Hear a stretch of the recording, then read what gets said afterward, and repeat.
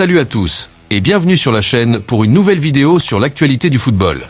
Aujourd'hui, on revient sur un match tendu, intense, mais ô combien important pour la course à la Ligue des Champions. Manchester City recevait Wolverhampton à l'Etihad Stadium.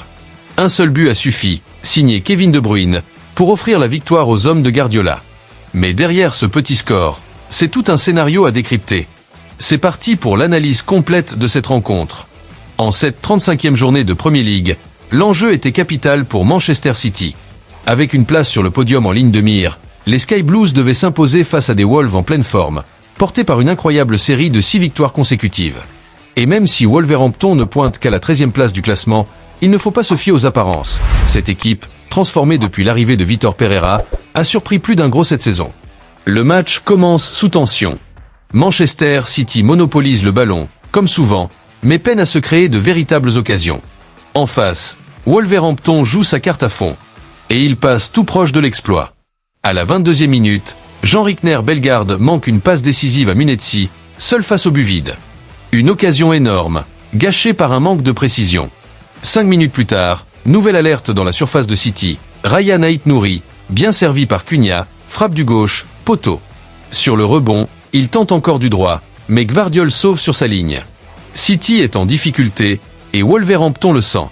Mais c'est dans la tempête que surgit le maestro belge.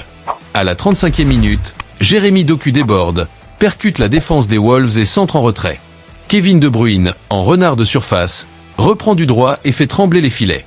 1-0 pour Manchester City. Un but précieux, symbolique même. Il s'agit de l'avant-dernier match à domicile pour De Bruyne sous les couleurs Sky Blue après 10 saisons de magie à l'Etihad. Ce but réveille les Citizens. La fin de la première mi-temps est dominée par les locaux qui poussent pour faire le break. Mais Wolverhampton reste solide. À la pause, City mène 1-0 mais rien n'est encore joué. La seconde période est plus calme.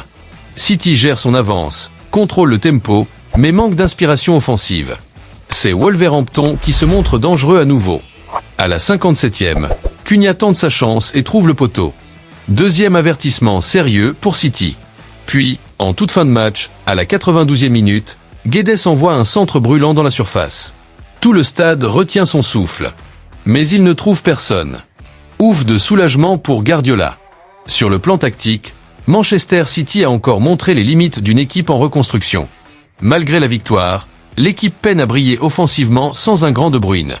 Doku, en revanche, confirme sa montée en puissance, tandis que la défense, menée par Gvardiol, a tenu bon dans les moments chauds. Côté Wolves, c'est frustrant. Ils ont eu les occasions, la structure, l'énergie, mais manqué de réalisme. Un nul aurait été logique, voire mérité.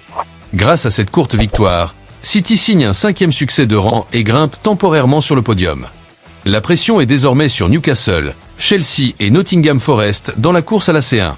Rien n'est encore fait, mais cette victoire change tout. Chaque point compte à ce stade de la saison.